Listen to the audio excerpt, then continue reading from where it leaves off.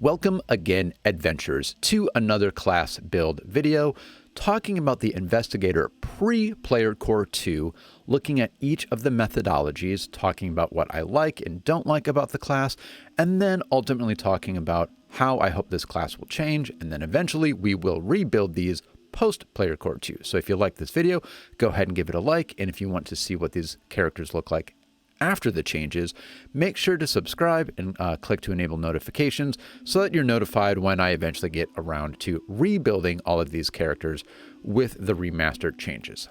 Okay, first let's talk about why I've been critical of the Investigator. Mostly due to Devos Strategy, which is their core class combat mechanic. Starting with the fact that I have just seen it misinterpreted so many ways. I've seen it used with spell attacks. You can't do that. I've seen someone roll poorly with Devos Stratagem and decide to make a regular attack instead, and you also cannot do that. I've seen it used twice per turn. I've seen people say, oh, you can roll Devos Stratagem. Know that that strike won't be able to hit the main boss, but it will hit another character, so use it on that other character instead. You can't do that. And then I've seen people do things like use Devos Stratagem and then add their intelligence rather than their strength to damage, which isn't part of what it does. When there are so many mistakes, I say blame the system, not the players. Think of the quote, if a student fails, it's the student's fault. If all students fail, it's the teacher's fault. And I kind of think the same is here with Devos Stratagem. It's clearly just a little too complicated, and it just gets misinterpreted so many ways. And then even when it is done right, I'm not a huge fan of it despite all of the positives that it does have to offer. First of all, it is a bit of an action tax. There is an asterisk and an unless. We'll talk about that later. It doesn't do incredible damage. A D6 average is 3.5 points of extra damage. Precision is one of the most often resisted types of damages, so that's not too helpful. One thing I don't even have in my notes, but I should note, is it is going to be limited to once a round, right? Compared to a rogue who, in theory, could land 3 sneak attacks in a round and do the extra D6 damage with every single one. Can't do that as an investigator. And then there's the whole what to do if your Devos Stratagem roll is low. And this is why a lot of people like it, but I would say, you know, okay, sure, you can do an other combat maneuver like shove, but you probably don't have a super high strength due to being intelligence-based and using light armor and ranged or finesse weapons, which require dexterity, so you're not going to be that great at shoving or tripping. What about attacking elsewhere? Well, what if you have to move to do so? Then you're sort of ping-ponging back and forth across the battlefield due to bad Devos Stratagem rolls. Also, what if there is nobody else to attack? There's just one creature. Your only other choice is then, moving on to something else. Like, sure, you could recall knowledge, but again, what if you already have, you are intelligence-based, so you are probably using recall knowledge early in an encounter, and maybe you already know what you want to know. But also considering that there are investigator feats that allow more frequent recall knowledge, chances are you've kind of already used this action, and it's not that helpful as an extra action in the event that your Devos Stratagem roll is bad. And then aid, I mean, sure, I guess. The point is, it is kind of nice that you'll miss and can do something else. I just feel like a lot of times you don't necessarily have a great something else to do. But let's talk about why the Investigator is actually quite a good class. Starting with the good things about Devos Stratagem. Remember, it is a free action if the target is one of your pursued leads. So make sure to do that.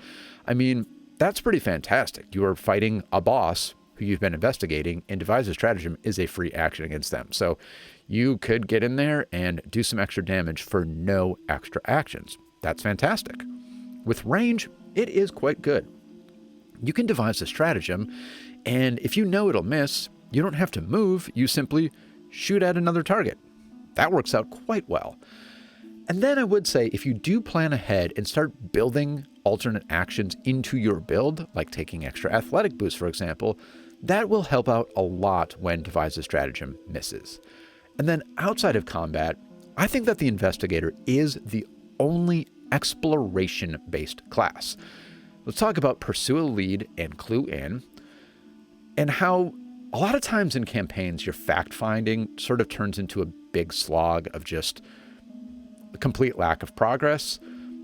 But with Pursue a Lead and Clue In, whenever you attempt a perception or skill check to investigate a designated subject, you gain a +1 circumstance bonus to that check. And then with Clue In, another creature, another ally, attempts to check the investigated lead you're pursuing, you share information with that creature. They gain a circumstance bonus to their check equal to your circumstance bonus to checks investigating your subject for Pursue a Lead.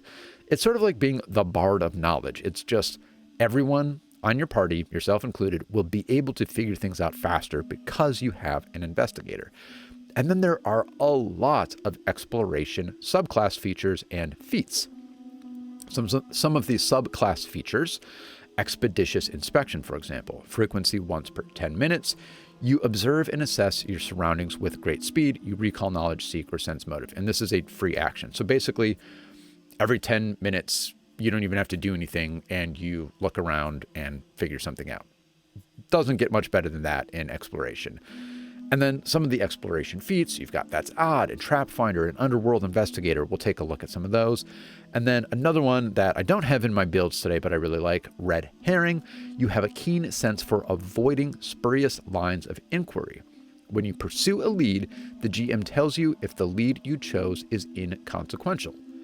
How many times in a campaign does the party start investigating, interrogating one person, and they're just like, no, I swear I didn't do it. And you don't believe them, but it turns out in the end, they didn't do it. And you've wasted an entire session tying up and punching the wrong guy in the gut. Yeah, that won't happen if you take Red Herring.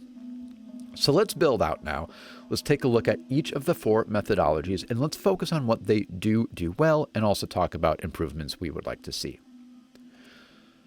Starting with a Halfling Barkeep Investigator. Yes, I went with the default background option in Path Builder of Barkeep because, well, traditionally Halflings tend to work in hospitality, and this is going to be an alchemical sciences build, and I think that, well, mixology, as a barkeep would do, brewing and everything, has a lot of similarities to the alchemical sciences. You might even say that maybe some of these elixirs that they are making are slightly alcoholic in nature because, has some of the same effects. Let's talk about what we are going to get out of this build. First of all, there are just so many abilities to find, to detect, research things with this build. Starting with just the ancestry of Halfling, we are getting Halfling Keen Eyes.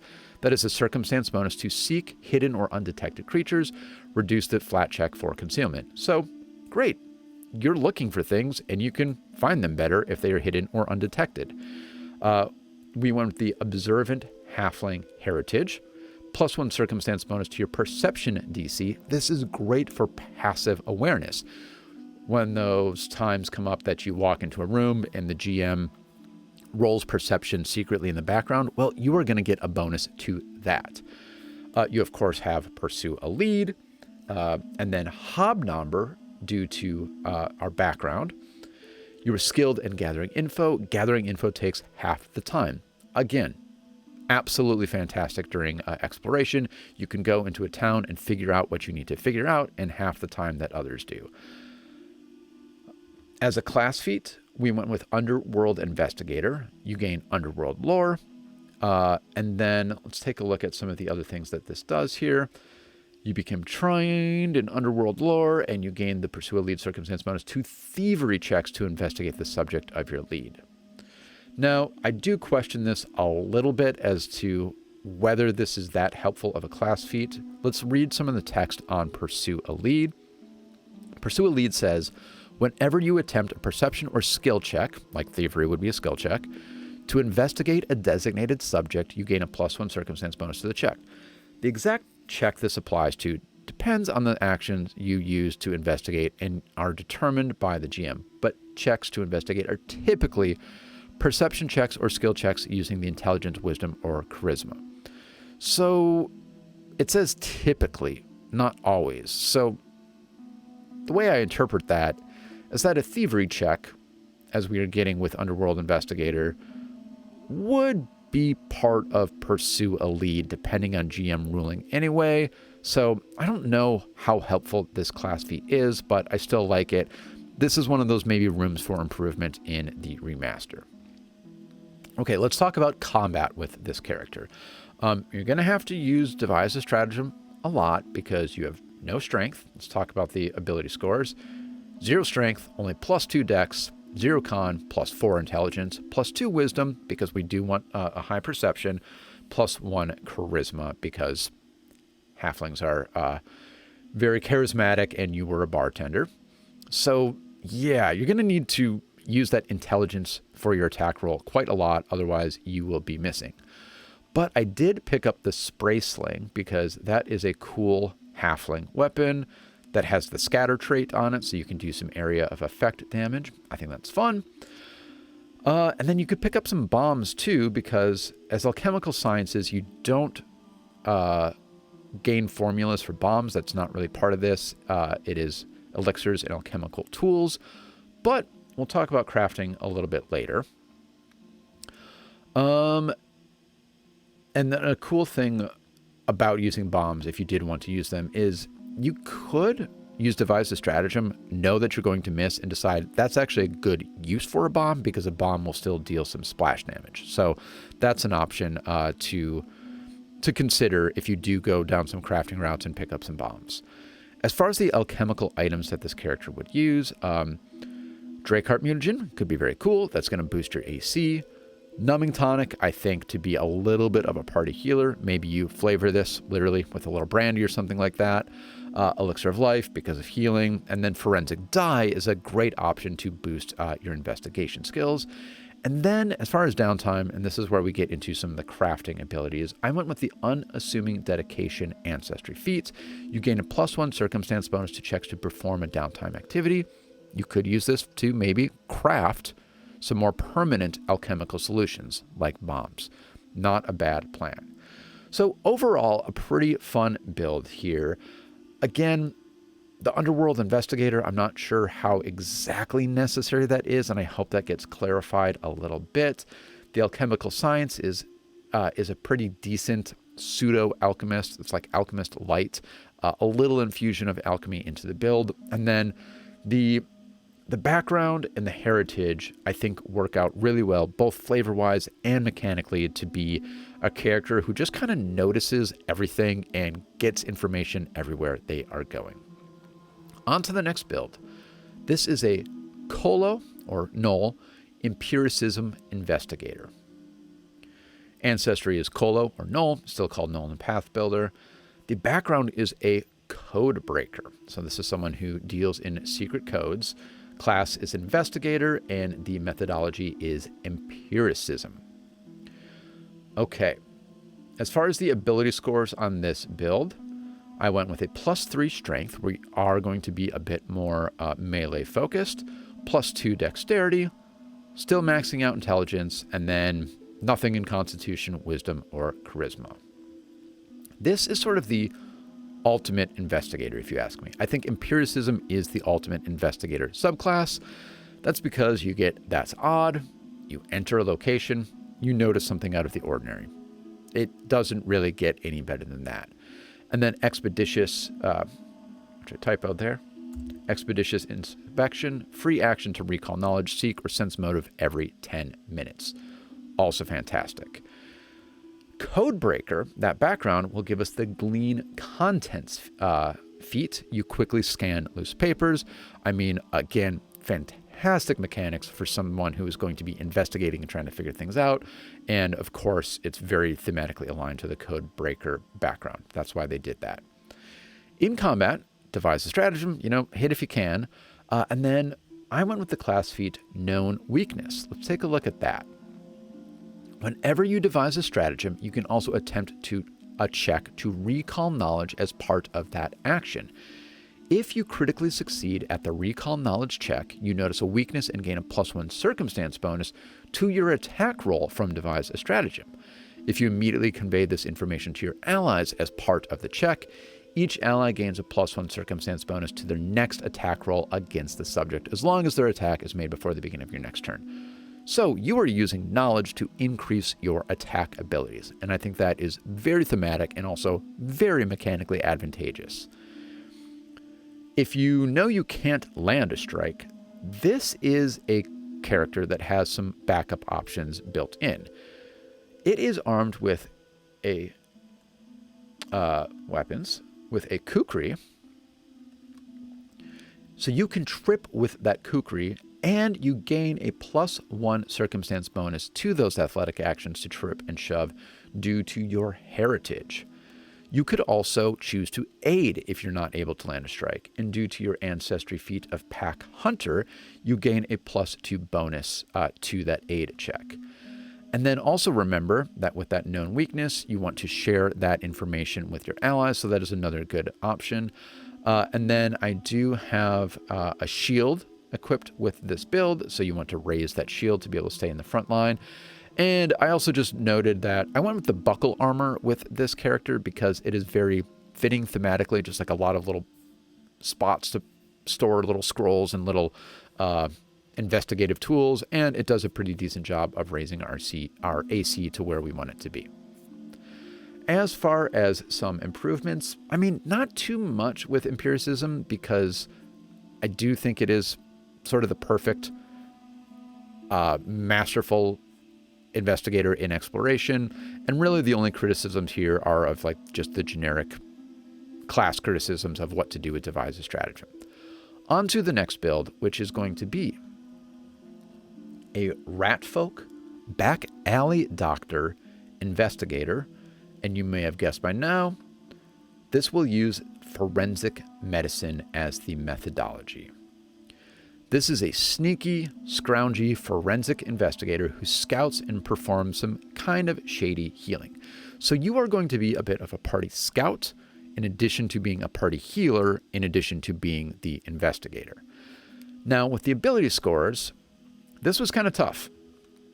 +3 dex, only a +3 intelligence, +3 wisdom. That's because I do want wisdom for healing, dex for acrobatics, thievery, and ranged attacks, and then intelligence, of course, due to the core class features like devise a stratagem and, skill training and all of that stuff. Let's talk about some of the scouting abilities of this class, starting with the fact that as a Ratfolk, you will have low light vision. That is obviously great for scouting. You can scout ahead, dark tunnels, and see what's going on. On the note of tunnels, you are a tunnel rat. You can use quick squeeze and ignore some difficult terrain due to this heritage. I went with the Warren Navigator Ancestry feat. When you sense direction or attempt a roll against a maze spell, you get a result 1 degree of success better than you rolled. You don't take a penalty to sense direction when you lack a compass. Obviously fantastic for scouting and navigating. And then I went with the Trap Finder class feat. You gain a +1 circumstance bonus to perception checks to find traps to your AC against attacks made by traps and to saves against traps. Even if you aren't searching, you get a check to find traps that normally require you to be searching. You still need to meet any of the other requirements to find a trap. And then additionally, you can disable traps that require proficiency rank of Master in Thievery. If you have Master in Thievery, you can disable traps that require proficiency of Legendary instead. So this is a character who is going to go down little tunnels, go out ahead of the rest of the party, try to get a drop on the enemies, try to figure things out and report back to the group, try to get ahead and disable traps. That is going to be your go-to moves. As far as your healing goes, well, you do get battle medicine as a feat due to the forensic medicine methodology. And then due to the background of back alley doctor, you get risky surgery, which I think is very fun with this little sneaky Ratfolk build.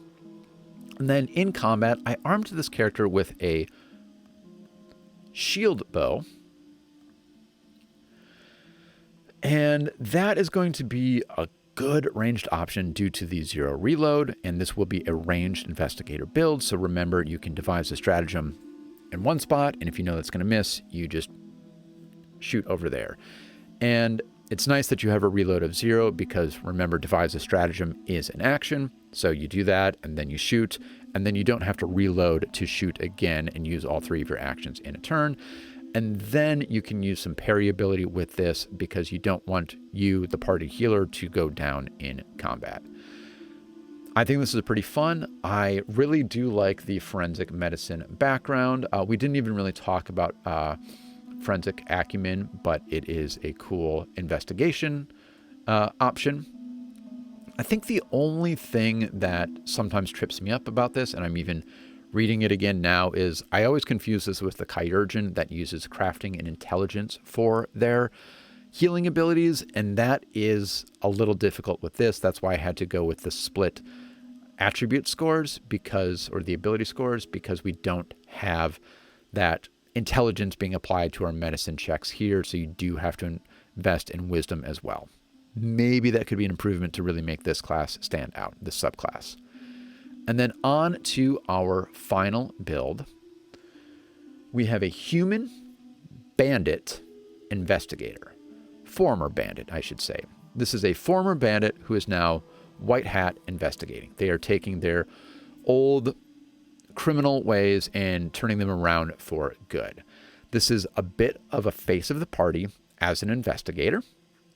As far as the ability scores, decent strength because this will be using some melee. Again, only +3 on intelligence because I did want some dexterity and charisma in order to be a bit of the face. This is the subclass build I think that makes sense to be a bit of the face because interrogation is all about, well, communication. So you're going to want to lean into those types of skills.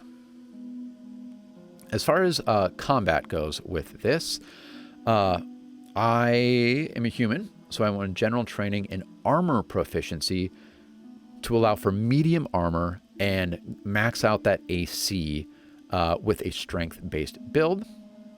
With the weapon, I went with a gaff. Now, I went with this because I can use Devise a Stratagem due to the class feat Takedown Expert, which says you can use your intelligence modifier on attack rolls when you devise a stratagem if you're using a weapon of the club group in one hand, like a club, staff, or sap. And the gaff does meet that description, and it is versatile, which is great, and it has trip, which is also great. As far as being the face of the party, I went with training in all of the charisma-based skills because once you invest in an ability score like that, it does make sense to max out those skills. Due to the methodology, the subclass, we gain pointed question. You ask a question that charms or needles someone in just the right way. Ask a question of a non-allied creature that you can see and have been conversing with. Attempt a diplomacy check against the creature's will DC. And let's take a look at the successes here. On a critical success, the target must directly answer your question. It doesn't have to answer truthfully, but you gain a +4 circumstance bonus to your perception DC if the creature attempts to lie to you. Success is as critical, but the circumstance bonus is +2. So clearly, having a high charisma is going to be pretty important for this to make use of that subclass feature because you are making a diplomacy check. So you want that diplomacy check to be quite good. You also have the no cause for alarm feat. You attempt to reduce panic. Attempt a diplomacy check, again diplomacy, comparing it to the will DC of creatures in a 10-foot emanation around you who are frightened. On a critical success, you reduce the creature's frightened value by 2, success by 1. So clearly, you need to double down on your charisma and diplomacy, and then I decided might as well go with some good deception here as well, and performance, in order to play that party face role just a little bit with this class. As far as things to improve here, Takedown Expert, I wish you could use some two-handed weapons with it so that you could have a true heavy-hitting melee build. But, you know, if you read the text again, it does say if you're using a weapon of the club group in one hand. I think that means only one-handed weapons. Initially, when I built this, I missed that part, and I was going to go with like a great club or something, which I think would be cool. You're wearing you're using a big two-handed club, which is something that you normally wouldn't be able to do with Devos Stratagem. And I think that might be a good way to make a more melee-based option more viable for the Investigator. But we'll see what happens in the remaster. Okay, that is all for this video. The Investigator, even though I am critical of it at times, it is a fantastic class, and the exploration abilities are just unbeaten by anything else in the system. I hope that Devos Stratagem gets cleaned up and simplified just a little bit and maybe made a little more versatile. Like I said, maybe having a true melee option with it here. So I'm excited to see what happens. We'll see. We will rebuild each of these characters with the changes that come out of Player Core 2. So stay tuned for that. And until then, remember, even though I say you're sometimes stuck with your Devos Stratagem role and you don't have that many great options, that's probably because, I'll admit it, I like my DPS and I like simplicity. But if you're not quite a simple man like I am, the Investigator's a good choice for you.